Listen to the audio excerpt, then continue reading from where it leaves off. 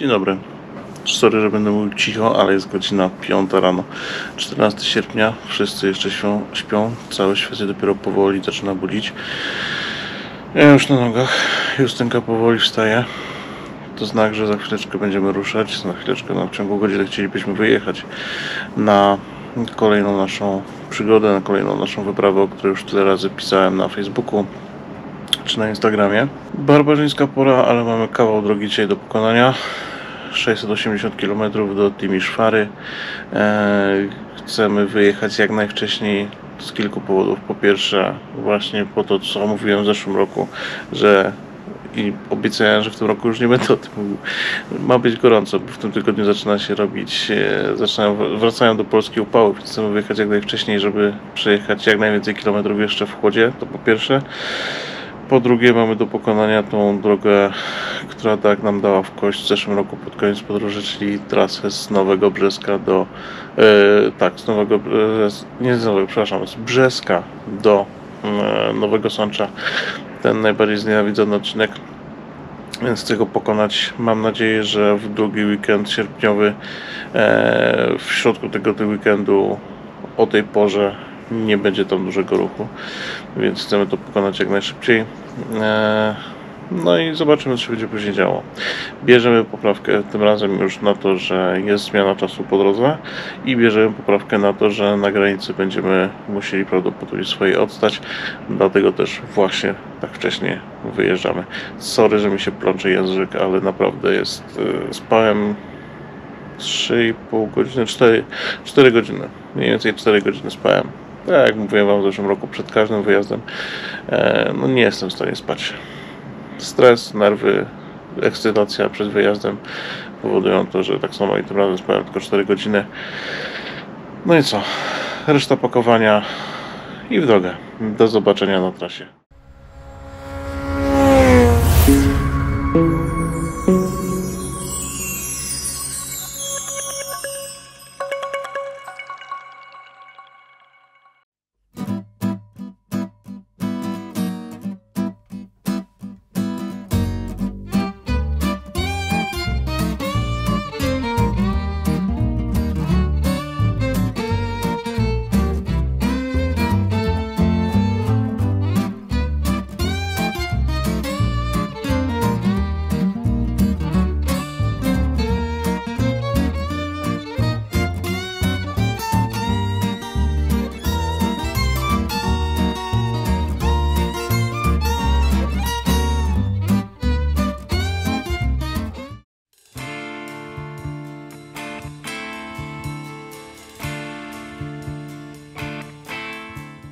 No to ruszamy. Biorąc pod uwagę kolejki na granicach, postoje, jedzenie i tym podobne, na pokonanie dzisiejszego odcinka przeznaczyliśmy około 13-14 godzin.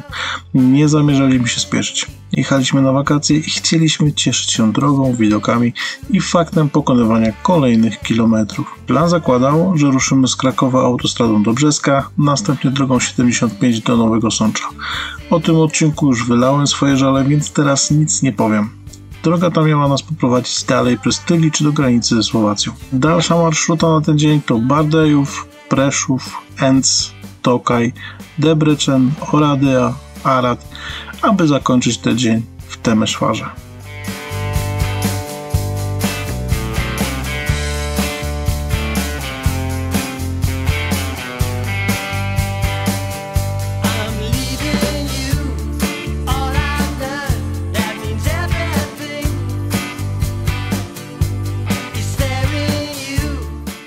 Na tym etapie nie mogliśmy się spodziewać tego, co wydarzy się później. Chociaż fakt, że musieliśmy się zatrzymywać w Brzesku, bo prawie urwało mi się mocowanie kamery przy kasku, a Justynce rozleciał się kabel ładujący telefon, mógł nam dać lekki przedsmak.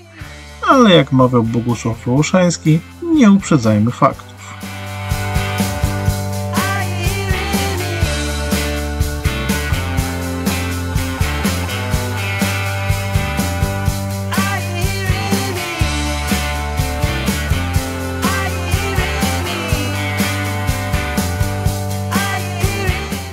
W tej chwili cieszymy się małym ruchem i piękną pogodą. Kolejne kilometry nawijane są na koła. Opuszczamy dobrze znany nam krajobraz Polski. przekraczamy granicę słowacką. Słowacja też dla nas jest raczej znajoma. Dopiero po przekroczeniu granicy węgierskiej zaczynają się dla nas egzotyczne ziemie. Wiem, brzmi to śmiesznie, ale umówmy się, Węgier kompletnie nie znamy. Byliśmy tutaj tylko 2 razy i to zawsze przelotem. I umówmy się szczerze, Węgry nadal nie rzucają nas na kolana. Jest ładnie, pojawiają się wioski, które tak nas urzekły w Rumunii, w sensie chodzi o układ urbanistyczny, ale póki co nie ma tu nic, czym moglibyśmy się zachwycać. Pewnego dnia będę chciał zwiedzić Węgry i być może wtedy poznam odpowiedź na pytanie, czy cały kraj jest taki, czy tylko ten rejon, przez który jedzie się do Rumunii. Jeśli macie jakieś doświadczenia z Węgrami, dajcie znać w komentarzach. Jakieś 320 km za nami, pierwszy postój, pierwszy popas, bo z tym postojem to nie do końca. Oczywiście pierwszy postój był 30 km za Krakowem, 40 km za Krakowem. Oczywiście z przygodami, bo każdy wjazd musi być z przygodami, więc na wstępie od razu mówię, moi drodzy, bardzo Was przepraszam, ale dzisiejszego dnia nagrania będziecie mieli tylko te z motocykla, w sensie na motocyklu kamera będzie, a nie na kasku. Wiem, że nie lubicie takich ujęć, ale niestety zepsuł mi się oczywiście zaczep od GoPro, znaczy ta naklejka na kasku, co jest, mi się zepsuła, więc nie zaryzykuję zapięcia tam w tym momencie kamery. Dojedziemy dzisiaj na miejsce, postaram się to naprawić, natomiast z dzisiejszego dnia nagrania będą tylko i wyłącznie z motocykla, tak tytułem wstępu chciałem tylko powiedzieć. Przejechaliśmy 320 km około, jesteśmy gdzieś przed Tokajem. Mniej więcej planowany postój, jeżeli to co sobie zaplanowaliśmy, brakło nam chyba 10 czy 15 km do stacji, na której mieliśmy się zatrzymać. Nieważne. Ważne, że jesteśmy mniej więcej w połowie trasy. Tempo całkiem fajne, całkiem znośne. Nawigacja nawet twierdzi, że dojedziemy przed 18. No, bardzo optymistyczne podejście, ale myślę, że tak koło 20, jeżeli się sprężymy, powinno być możliwe, jeśli nas nie zatrzyma granica węgiersko-rumuńska. Jesteśmy na Węgrzech, tak jak sama nazwa tej miejscowości wskazuje, Tokaj, jesteśmy na Węgrzech. Przelecieliśmy dosyć sprawnie Słowację, przelecieliśmy sobie Polskę. Udało się pokonać tą znienawidzoną drogę, ten odcinek Brzesko-Nowy Sącz w miarę sprawnie, natomiast to, co mnie zachwyciło póki co i Ciebie też, z tego co mówiłaś w komunikatorze, drogi na Węgrzech. W zeszłym roku nam się te drogi nie spodobały, były takie Węgry były takie natomiast... No jechaliśmy takimi strasznie bocznymi tymi dróżkami przez jakieś wioski i one były w tragicznym stanie, a te są takie już szosowe. Natomiast dzisiaj nam się ta droga bardzo podoba. Oczywiście po drodze parę razy się pogubiliśmy, no bo jak żeby inaczej. No i co, zostało 360 km, lecimy dalej. Do zobaczenia później. Hej!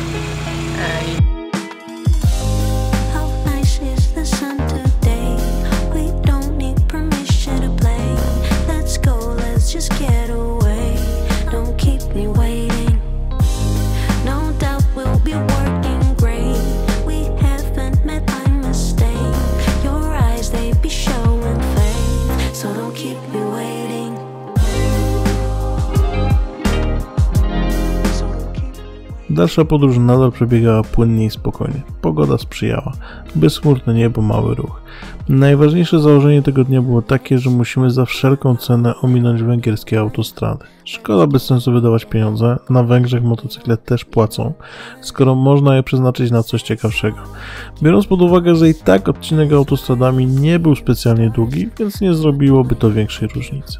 Jazda lokalnymi węgierskimi drogami nie różni się zbytnio od tego, co znamy z Polski.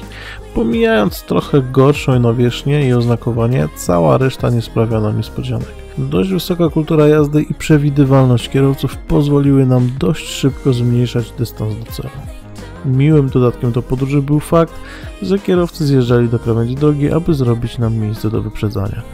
Ale co byście zrobili, gdyby przy maksymalnej dozwolonej prędkości to policja robiłaby wam miejsce? Wyprzedzalibyście?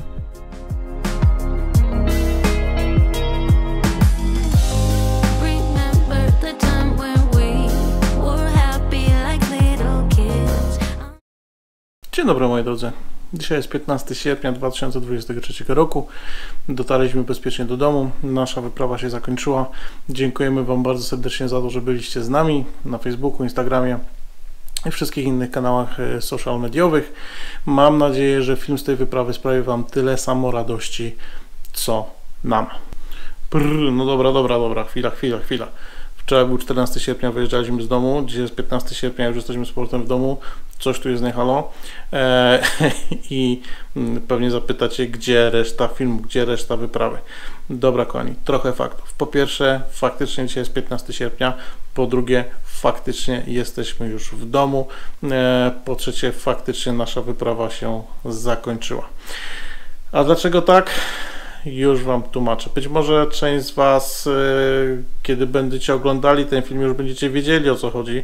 Natomiast no, na bieżąco chcę Wam wytłumaczyć, w tym momencie nagrywam to na bieżąco, następnego dnia i już Wam tłumaczę, co się wydarzyło. Kochani, jeśli przypadkiem obserwujecie nas na Facebooku, to być może widzieliście ten film. 445 za nami, 221 do końca. Najwyższy czas, żeby troszeczkę odpocząć.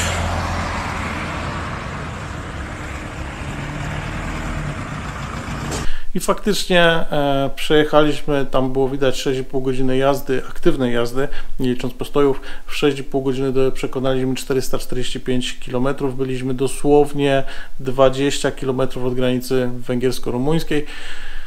Po nakręceniu tej krótkiej rolki postanowiłem przygotować sobie wszystkie dokumenty, tak żeby podczas kontroli granicznej załatwić to szybciej, żeby nie musieć tego szukać. I w tym momencie właśnie sobie przypomniałem, moi drodzy, to, że mój dowód osobisty został na biurku w pracy. A dlaczego tak? Ponieważ 2 dni przed wyjazdem załatwiałem jakieś sprawy w urzędzie i nie schowałem sobie tego dowodu osobistego do etui, w którym trzymam zazwyczaj dokumenty.